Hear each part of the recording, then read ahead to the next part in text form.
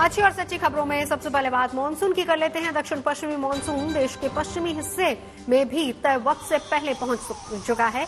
गुजरात के कई हिस्सों में जहां प्री मानसून बारिश देखने को मिल रही है, वहीं महाराष्ट्र में मानसून के बादल खूब बरस रहे हैं। मुंबई में 2 दिन पहले पहुंचे मानसून के असर से इतनी बारिश हुई कि कई जगहों पर जलजमाव होने से गाड़ियों की रफ्तार थम गई। हालांकि मानसून आने के बाद भीषण गर्मी से परेशान महाराष्ट्र और मुंबई के लोगों ने राहत की सांस ली है।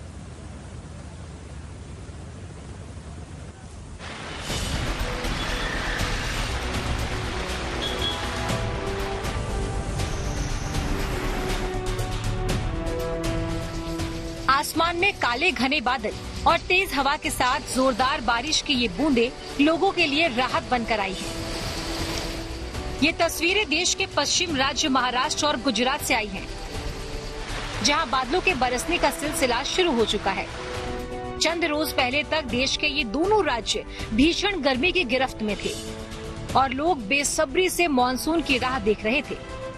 इन लोगों का इंतजार अब खत्म हो चुका है, क्योंकि महाराष्ट्र के कुछ हिस्सों में जहां मानसून की बारिश शुरू हो चुकी है, वहीं गुजरात के कई हिस्सों में प्री मानसून बारिश देखने को मिल रही है। मौसम विभाग का कहना है कि साउथ गुजरात में अगले 48 घंटों के भीतर मानसून की एंट्री हो सकती है। आने वाले 48 घंटे में जो south west monsoon south Gujarat के कुछ भाग में प्रवेश करेगा। आने वाले 48 घंटे में साउथ गुजरात के कुछ भाग में नॉर्मल डेंसिंग होगा कि ज्यादा बारिश होगी। जो रेनफॉल दिया गया है वो लाइट से मॉडरेट रेनफॉल दिया गया है आज के लिए, और कल के लिए साउथ गुजरात के लिए जो रेनफॉल दिया गया है वो लाइट रेन का। लेकिन पड़ोसी राज्य महाराष्ट्र में मानसून पहुंच चुका है, जिसके बाद राज्य के कई हिस्सों में बारिश का दौर शुरू हो चुका है। मुंबई में तो अनुमान से 2 दिन पहले ही मानसून ने दस्तक देकर लोगों को गर्मी से राहत दिला दी।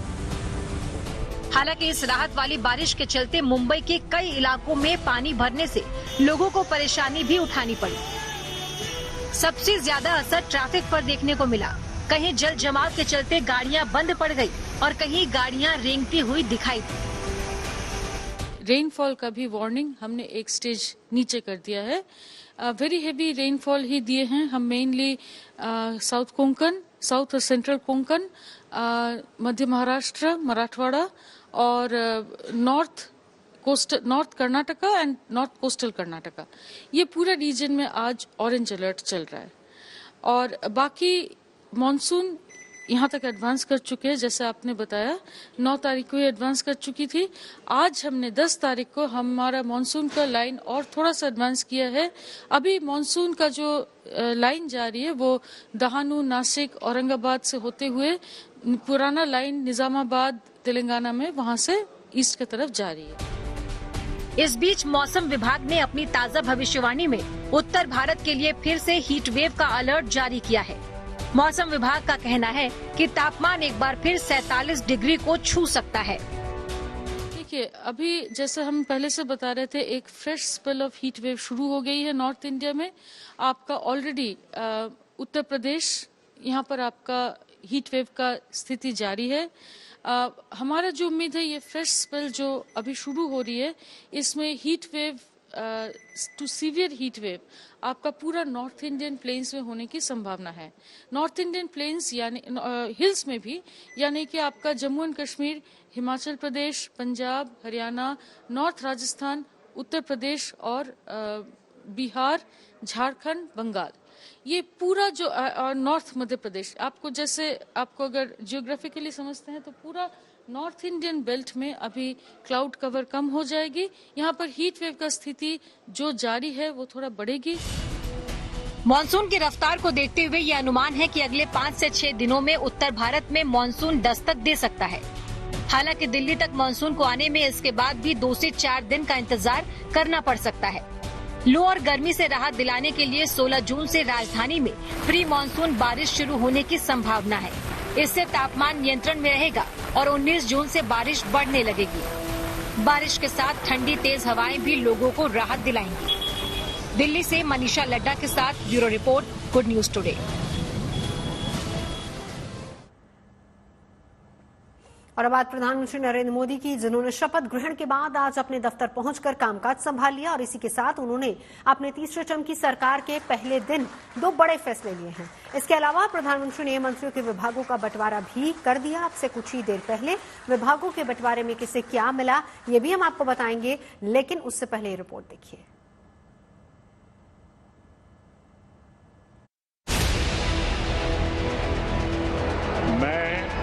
नरेंद्र दामोदर दास मोदी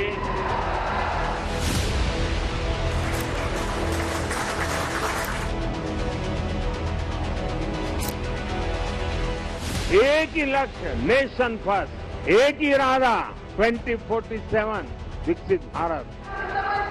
प्रधानमंत्री मोदी विकसित भारत के इसी सपने को साकार करने के लिए एक्शन मोड में आ चुके हैं। चंद घंटों पहले उन्होंने तीसरी बार प्रधानमंत्री पद की शपथ ली और शपथ लेने के अगले ही दिन वो बिना वक्त गवाए कामकाज संभालने पीएमओ पहुंचे। ये तस्वीरें उसी पल की हैं जब प्रधानमंत्री अपने ऑफिस पहुंचे तो तमाम कर्मचारियों ने तालियों के साथ उनका स्वागत किया। जवाब में प्रधानमंत्री ने भी हाथ जोड़कर कर्मचारियों का अभिवादन स्वीकार किया। इसके अगले ही पल इस सरकार में प्रधानमंत्री मोदी का पहला काम किसानों के नाम रहा। उन्होंने पीएम किसान सम्मान निधि की 17वीं किश्त जारी करके पहली फाइल पर साइन किए, जिसका सीधा फायदा 9 करोड़ 30 लाख किसानों को मिलेगा। इस एक्शन मूड में सबसे पहली जो फाइल उन्होंने साइन की है वो है किसान सम्मान निधि की 17वीं किश्त को के लिए जो है 20,000 करोड़ रुपए रिलीज किए हैं, जिसका फायदा 9 करोड़ 30 लाख किसानों को मिलेगा। ये पहला फैसला जो है प्रधानमंत्री नरेंद्र मोदी ने किया है। तो ये बताते हैं, ये संदेश है इस सरकार का, मोदी सरकार 3 का, कि ये सरकार न सिर्फ गरीब कल्याण किसान लोगों के लिए है, बल्कि किसानों के सम्मान के लिए भी जो है वो फैसले लेती है। शाम होते होते प्रधानमंत्री मोदी ने प्रधानमंत्री कार्यालय के कर्मचारियों से बात की और अपनी सरकार का एजेंडा बताया। इस बातचीत में पीएम मोदी ने कहा कि उनकी सरकार का पूरा जोर 2047 तक विकसित भारत के संकल्प को साकार करने का होगा। इतना ही नहीं, इस दौरान प्रधानमंत्री नरेंद्र मोदी ने पीएमओ को पावर सेंटर नहीं बल्कि पीपल सेंटर की तरह डेवलप करने की बात भी कही। मेरी कोशिश रही है कि पीएमओ ये सेवा का अधिष्ठान होना चाहिए। पीएमओ ये पीपल्स पीएमओ होना चाहिए, ये मोदी पीएमओ नहीं हो सकता है। और इसलिए मेरे दिल दिमाग में सिवाय 140 करोड़ कोई नहीं। जो मन भाव से खप जाना चाहता है 5 साल, आइए, निमंत्रण है। और हम मिल करके दोस्तों एक ही लक्ष्य, नेशन फर्स्ट, एक ही इरादा, 2047 विकसित भारत। और मैंने पब्लिकली कहा है, मेरा पल पल देश के नाम। इसके बाद प्रधानमंत्री मोदी की अगुवाई में पहली कैबिनेट हुई, जिसमें दिन का दूसरा बड़ा फैसला प्रधानमंत्री आवास योजना को लेकर हुआ, जिसके तहत ग्रामीण और शहरी इलाकों में 3 करोड़ घर बनाने का फैसला लिया गया। और खास बात यह है कि इन 3 करोड़ घरों में बिजली, पानी और गैस कनेक्शन जैसी बुनियादी सुविधाएं भी होंगी। दिल्ली से हिमांशु मिश्रा के साथ bureau report, good news today.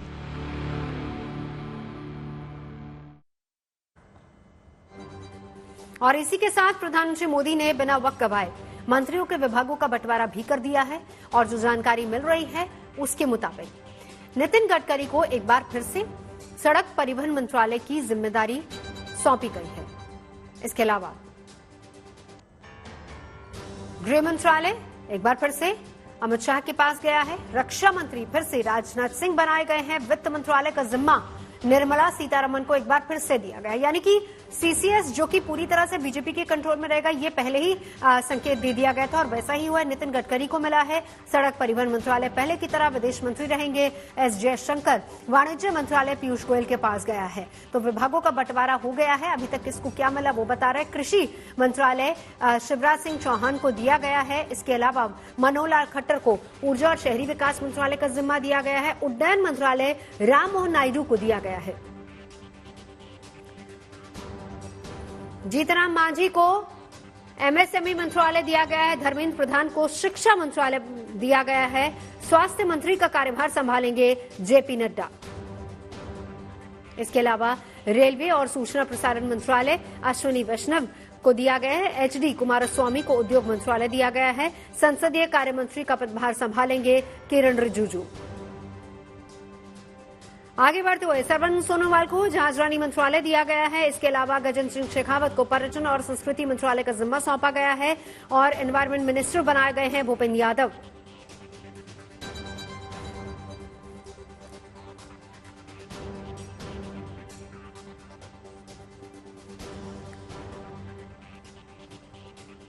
तो विभागों का बंटवारा हो चुका है और देश भर में फिर से एनडीए सरकार बनने और नरेंद्र मोदी की तीसरी बार प्रधानमंत्री बनने का असर सुबह से शेयर बाजार पर भी देखने को मिल रहा है। नतीजा ये हुआ है कि कारोबारी सप्ताह के पहले दिन शेयर बाजार रिकॉर्ड ऊंचाई पर पहुंच गया है।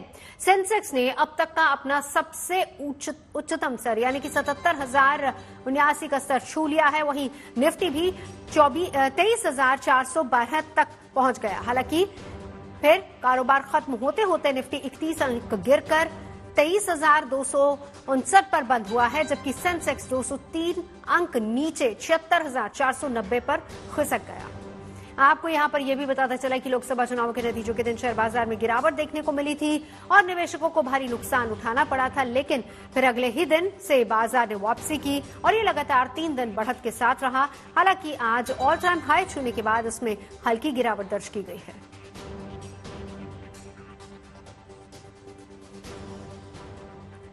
चारधाम यात्रा को शुरू हुए 1 महीने से ज्यादा का वक्त हो चुका है।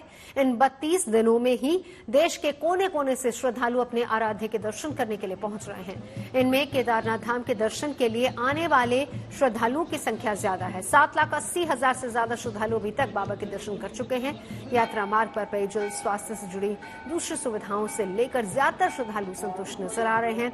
और गुड न्यूज ये है कि ग्राउंड रिपोर्ट के दौरान उन्होंने धाम में रहने, खाने पीने, साफ सफाई से जुड़ी अच्छी व्यवस्था की तारीफ की। गौरीकुंड से केदारनाथ 16 किलोमीटर पैदल मार्ग पर हर चीज आसानी से मिलने का दावा भी किया जा रहा है।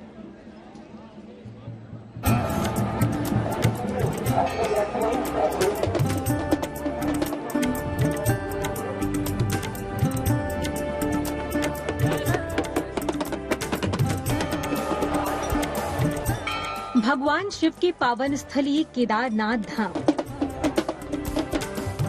जहां करीब 1 महीने से मंदिर परिसर में दिखने वाले श्रद्धालुओं की भीड़ में इसी तरह का उत्साह दिख रहा है।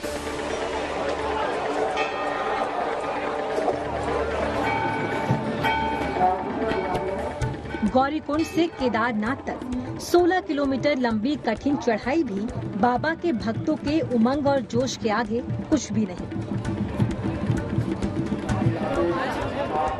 मैदानी इलाकों की तुलना में मौसम पहाड़ों में विपरीत है। रविवार देर शाम केदारनाथ में हल्की बारिश हुई, जिसके बाद सीजन की पहली बर्फबारी भी हुई, जिससे केदारपुरी में ठंड बढ़ने लगी है। फिर भी धाम में यात्रा का उल्लास चरम पर है।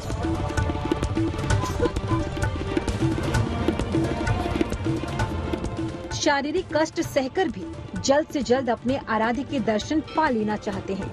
यही वजह है कि सिर्फ 1 महीने में 7,80,000 से ज्यादा तीर्थ यात्रियों ने बाबा केदार के दर्शन कर लिए हैं। केदारनाथ धाम में इस बार शुरुआत से ही भक्तों की भीड़ उमड़ रही है। चारों धामों में सबसे ज्यादा यात्री केदारनाथ के दर्शनों को पहुंच रहे हैं। विश्वविख्यात केदारनाथ धाम के लिए तीर्थ यात्रियों की भीड़ लगातार उमड़ती जा रही है। रिकॉर्ड संख्या में इस बार तीर्थयात्री केदारनाथ पहुंच रहे हैं। इस समय हम केदारनाथ मंदिर परिसर में हैं और देश विदेश से यहाँ पे भारी संख्या में तीर्थयात्री पहुंचे हैं। आप देख सकते हैं कि केदारनाथ मंदिर परिसर के चारों ओर भक्तों की भारी भीड़ है। सुबह से ही भक्त दर्शनों के लिए केदारनाथ में उमड़े हैं। केदारपुरी में हर दिन भोले बाबा के दर्शन के लिए 20 से 25,000 यात्री पहुंच रहे हैं। इस वजह से कुछ हफ्ते पहले बद्री केदार मंदिर समिति ने केदारनाथ में दर्शन का समय भी बढ़ाया था, ताकि हर दिन ज्यादा से ज्यादा भक्त बाबा केदार के दर्शन कर वापस लौट सके।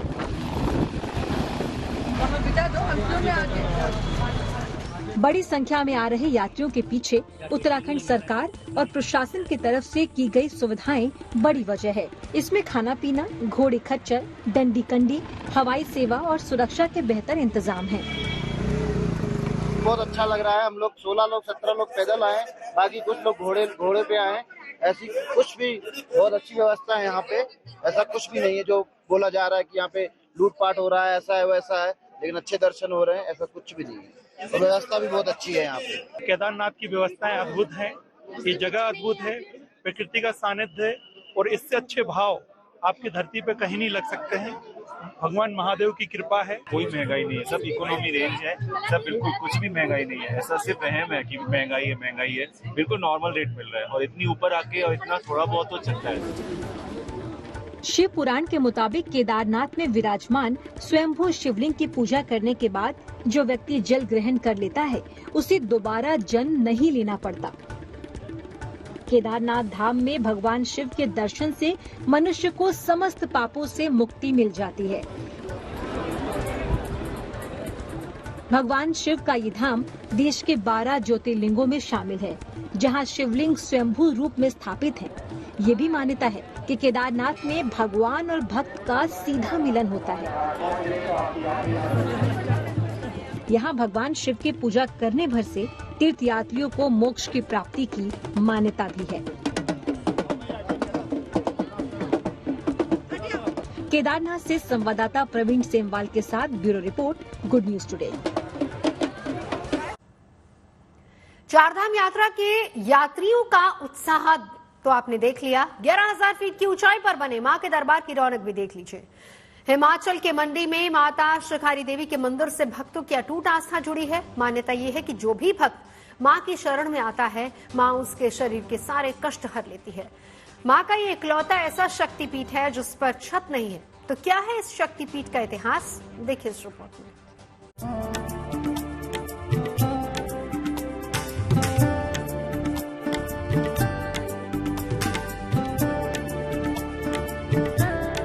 माता शिकारी देवी के दरबार से कोई भक्त खाली हाथ नहीं लौटता। इस शक्तिपीठ में यही आस्था श्रद्धालुओं को दूर दूर से यहाँ खींच लाती है। हिमाचल के मंडी जिले की सबसे ऊंची चोटी पर बसे इस मंदिर से भक्तों की अनंत आस्था जुड़ी है। 11,000 फीट की ऊंचाई पर बना ये मंदिर सर्दियों में करीब 4 महीने तक बंद रहता है। अप्रैल के पहले हफ्ते में मंदिर के कपाट दोबारा से खोले जाते हैं और फिर यहाँ माँ के दर्शन के लिए भक्तों का तांता लगना शुरू हो जाता है। छुट्टी के दाम 12-15 हजार आ जाते हैं, वैसे 500-700 हर दिन आते रहते हैं। यहाँ बहुत ही अच्छा लग रहा है। माता के दर्शन हुए हैं, बहुत अच्छे तरीके से दर्शन हो गए हैं और बहुत सुंदर लगा, बहुत शांति प्रिय स्थान लगा हम। हाँ, माता के बारे में सुना था कि यहाँ मन्नत पूरी होती है, तो इसीलिए हम आए हैं और दर्शन करने भी आए हैं। माता शिकारी देवी मंदिर इकलौता ऐसा शक्तिपीठ है जहाँ पर कोई छत नहीं है। मंदिर का इतिहास पांडव काल से जुड़ा है, लेकिन मंदिर कमेटी के लोगों के मुताबिक मां ने कभी मंदिर पर छत डालने की इजाजत ही नहीं दी। उस वक्त भी मतलब कोशिश की लोगों ने, जो यहाँ पहले कमेटी में लोग थे, उन्होंने बड़ी कोशिश की, माता से पूछा, माता ने इनकार किया। यहाँ जितने भी कार्य होते हैं माता से पूछ के ही होते हैं। अपने आप तो यहाँ कमेटी वाले कुछ भी नहीं कर सकते हैं, मतलब एक पत्थर नहीं लगा सकते हैं जब तक माता ने यहाँ इजाजत नहीं दी। मान्यता है कि इस मंदिर में पूजा करने से शरीर के सारे कष्ट दूर हो जाते हैं। मां के आशीर्वाद से शरीर के जिस अंग का कष्ट दूर हुआ हो, उसी अंग का चांदी का बना एक स्वरूप मां को चढ़ाने की परंपरा है। चांदी का अंग चढ़ाते हैं, पांव चढ़ाते हैं, हाथ चढ़ाते हैं, पूरा बॉडी चढ़ाते हैं। जिसको भी जहाँ जिस किस्म की दर्द है उस किस्म की क्या नाम चढ़ाते हैं। चांदी की, कई सोने की चढ़ाते हैं।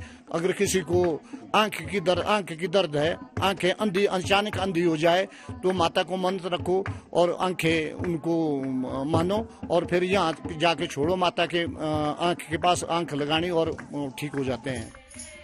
ऊंचाई पर होने की वजह से इस मंदिर में पूरे साल तापमान कम ही रहता है। गर्मियों में बड़ी संख्या में भक्त यहाँ अपनी मन्नतें लेकर मां के दरबार पहुँचते हैं और उन्हें पूरा यकीन होता है कि मां अपने भक्तों की मुराद जरूर पूरी करेंगी। मंडी से धर्मवीर के साथ bureau report, good news today. खबरें सच्ची होनी चाहिए, अच्छी खुद ब खुद लगती हैं। Navjot Randhawa signing off. आप सुनते रहिए गुड न्यूज, देखते रहिए गुड न्यूज।